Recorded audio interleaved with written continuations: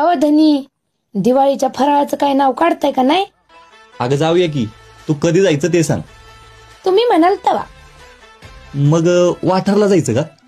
होय का बया, तुम्ही माझ्या मनातलं कसं ओळखता? कसं काय म्हणजे? तुझ्या काय म्हणत होतं ग? अहो माझ्या पण मनात तेच होतं. कसं काय? तुम्ही चला तरी मग दाखवते. आणि तिथं गेल्यावर माझ्या गोड नवऱ्याला तिथला फेमस मोतीचूरचा लाडू माझ्या हाताने भरवते. चला पटदिशी. खरंच की ग, इतकं भारी आणि इतकं सगळं एकाच ठिकाणी कसं काय भेटलं का आपल्याला?